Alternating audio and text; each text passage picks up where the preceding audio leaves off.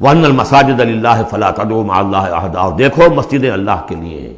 مسجد سے مراد مسجد سجدے کی جگہ بھی ہے، اور مسجد سے مراد سجدے کے یہ اعضاء بھی ہیں، یہ پیشانی اور یہ ناک اور یہ ہاتھ اور یہ پاؤں، ایڑیاں، وہ پنجے، یہ سارے جو ہیں یہ سجدے کے جو جسم کے حصے ہیں۔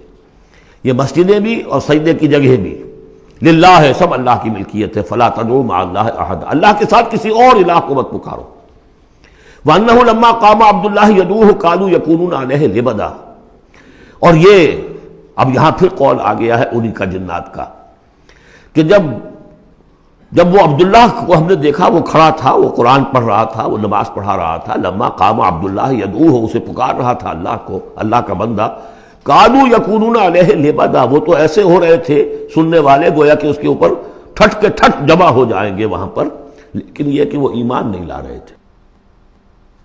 قل انما ادعو ربی، کہہ دیجئے اے نبی صلی اللہ علیہ وسلم، دیکھو میں پکارتا ہوں اپنے رب کو، ولا اشرک بہ احدا، اس کے سوا میں کسی اور کو شریک کرنے کے لیے تیار نہیں۔ قل انی لا املک لکم ضرا ولا رشدا، کہہ دیجئے مجھے کوئی اختیار حاصل نہیں ہے تمہارے لیے، نہ کسی نقصان کا اور نہ کسی راہ پر لانے کا، میں تمہیں ہدایت نہیں دے سکتا۔ وہ آیت یاد کر دیجئے، انک لا تہدی من احببت ولکن اللہ یہدی من یشاء، اے نبی آپ ہدایت نہیں دے سکتے جسے بھی چاہیں، وہ تو اللہ ہی ہدایت دیتا ہے جس کو چاہتا ہے۔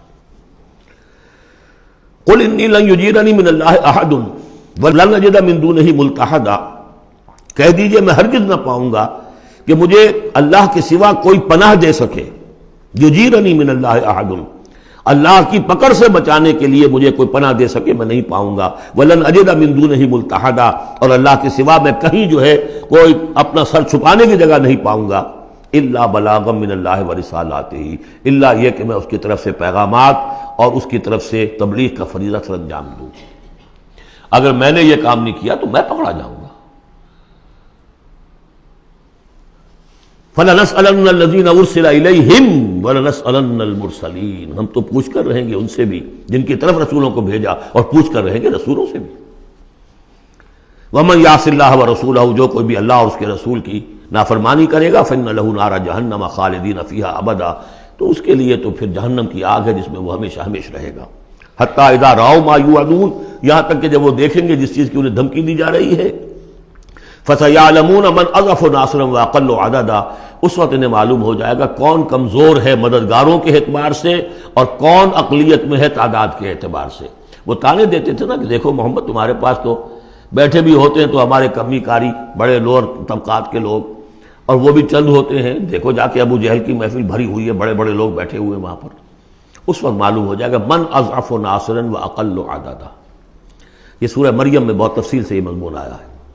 قل ان ادری اقریب ما توعدون ام یجعل له ربی امدا، کہہ دیجئے نبی مجھے یہ معلوم نہیں ہے، آیا جس چیز کا تم سے وعدہ کیا جا رہا ہے، جس چیز کی دھمکی دی جا رہی ہے، وعدہ اور وعید بنیاد ایک ہی ہے، اصل میں اصل الفاظ ایک ہی ہیں، وعید دھمکی، وعدہ، لیکن حروف اصلی وہی ہے۔ آیا وہ قریب آ چکی ہے اسے، یا ام یجعل له ربی امدا، یا یہ کہ میرا رب اس کے لیے ابھی کچھ مہلت دے، کوئی تمہاری رسی دراز کرے، یہ میں نہیں جانتا۔ یہ سورہ انبیاء کے آخر میں بھی آیا تھا، قل ان ادری اقریب ام بعید ما توعدون، کہہ دیجئے اے نبی میں نہیں جانتا کہ جس چیز کا تم سے وعدہ کیا جا رہا ہے وہ قریب آ چکی ہے یا بھی دور ہے۔ عالم الغیب، وہی ہے غیب کا جاننے والا، فلا یظہر علی غیبہ احدا، وہ اپنے غیب پر کسی کو مطلع نہیں کرتا، الا من ارتضی من رسول، سوائے جس کو وہ چاہے اپنے رسولوں میں سے۔ یہ بہت اہم قانون ہے قرآن کا، اور اس میں سارا مسئلہ علم غیب کا حل ہوتا ہے۔ ایک بات تو یہ کہ ہمارے جو بھی بریلوی بھائی ہیں وہ بھی مانتے ہیں، 4 باتیں وہ مانتے ہیں، 3۔ میں نے ایک مرتبہ تحقیق کی تھی بڑی مفصل، جا کر بعد لوگوں سے ملاقات کی، ابھی میں طالب علم تھا، کہا دیکھیے ہم ثابت مانتے ہیں ہم اس بات کو، نبی کا علم ذاتی نہیں عطائی ہے، اللہ نے جو دیا وہی ہے۔ نبی کا علم قدیم نہیں حادث ہے، پہلے نہیں تھا پھر ہو گیا، اللہ نے دے دیا تو ہو گیا۔ اور نبی کا علم غیر محدود نہیں محدود ہے۔ میں نے کہا یہ 3 باتیں جو شخص مان لے، میرا اس سے اب کوئی جھگڑا نہیں رہا۔ لیکن ہمارے ہاں کچھ لوگوں نے ایک ڈیفینیشن کر لی علم غیب کی، علم غیب وہ ہے جو بغیر کسی کے بتائے خود حاصل ہو جائے، اس اعتبار سے تو میرے پاس بھی علم غیب ہے نہیں، یعنی کسی کے پاس کوئی علم ہے ہی نہیں. ہمیں دیا اساتذہ نے دیا، حضور کو دیا اللہ نے دیا، جبریل کو دیا اللہ نے دیا. اس معنی میں تو ذاتی علم تو کوئی بھی نہیں مانتا کسی کا، علم تو دینے سے ہوتا ہے. البتہ علم غیب کسے کہتے ہیں؟ وہ چیزیں جو ہماری نگاہوں سے چھپا دی گئی ہیں، وہ عالم غیب ہے. جنت ہے، دوزخ ہے، فرشتے ہیں، یہ سب کیا ہے؟ عالم غیب. تو نبیوں کو تو کچھ نہ کچھ حصہ اس کا دکھایا جاتا ہے تو نبی بنتے ہیں نا، ورنہ میرے اور نبی میں فرق کیا ہوا پھر؟ اگر میرا بھی علم وہی ہوتا ان السمع والبصر والفؤاد، تو میرے علم میں اور حضور کا بھی علم یہی ہوتا تو فرق کیا ہوا؟ حضور نے تو اس دوسرے علم کے اعتبار سے تو صاف کہہ دیا انتم عالم بامور دنیاکم. لیکن حضور کو معراج میں جنت دکھا دی، دوزخ دکھا دی. زمین پر رہتے ہوئے آپ نماز پڑھا رہے تھے، غالباً وہ جو کہ نماز پڑھائی جاتی ہے جبکہ بارش نہیں ہوتی، استسقاء کی نماز، اسی کے دوران اچانک ایک دفعہ آپ آگے بڑھے. لوگ حیران ہوئے کیا ہوا ہے، ایک دفعہ پیچھے ہٹے. لوگوں نے پوچھا بعد میں کہ حضور یہ نماز کا حصہ تھا، یعنی ہم بھی پھر استطاع کیا کریں اس نماز کے اندر؟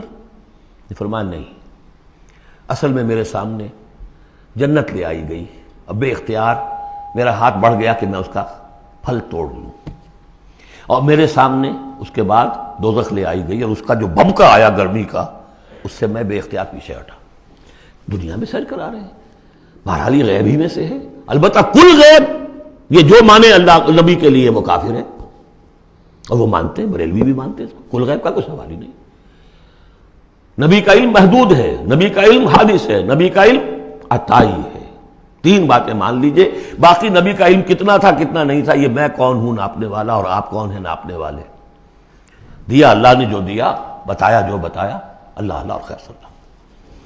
تو یہ عالم الغیب وہ ہے غیب کا جاننے والا. فلا یظہر علی غیبہ احدا، تو وہ نہیں مطلع کرتا اپنے غیب پر کسی کو. ہاں الا من ارتضی من رسول، سوائے اپنے رسولوں کے. کذالک نوری ابراہیم ملکوت السماوات والارض، ہم نہیں پڑھ چکے؟ ابراہیم کو بھی ملکوت دکھائے، حضور کو معراج کی سیر کرائی. الا من ارتضی من رسول فانہ یسلک من بین یدیہ ومن خلفہ رصدا، جس کو رسول بناتا ہے، غیب کی خبریں دیتا ہے، پھر اس کے آگے اور پیچھے وہ اپنے باڈی گارڈ رکھتا ہے، چوکیدار رکھتا ہے. یسلک من بین یدیہ، اس کے سامنے بھی، ومن خلفہ، پیچھے سے بھی چوکیدار، حفاظت کرنے والے. لیعلم ان قد ابلغوا رسالات ربہم، تاکہ یہ بات بالکل واضح ہو جائے کہ انہوں نے واقعتاً اپنے رب کے پیغامات پہنچانے کا حق ادا کر دیا. جیسا کہ حضور نے پوچھ کر جواب لیا تھا، انا نشہد انک قد بلغت الرسالۃ وادیت الامانۃ وکشفت الغمۃ ونصحت الامۃ، ہم گواہ ہیں حضور. واحاط بما لدیہم، اور اللہ تعالیٰ جو کچھ ان کے پاس ہے سامنے سب کا احاطہ کیے ہوئے ہے. واحصا کل شیء عددا، اور ہر شے کی اس کی جو انوینٹری ہے وہ بڑی مکمل ہے، کوئی چیز وہاں سے غائب ہونے والی نہیں ہے. ہر ایک کا عدد کے ساتھ حساب کتاب کا اس نے رکھا ہوا ہے.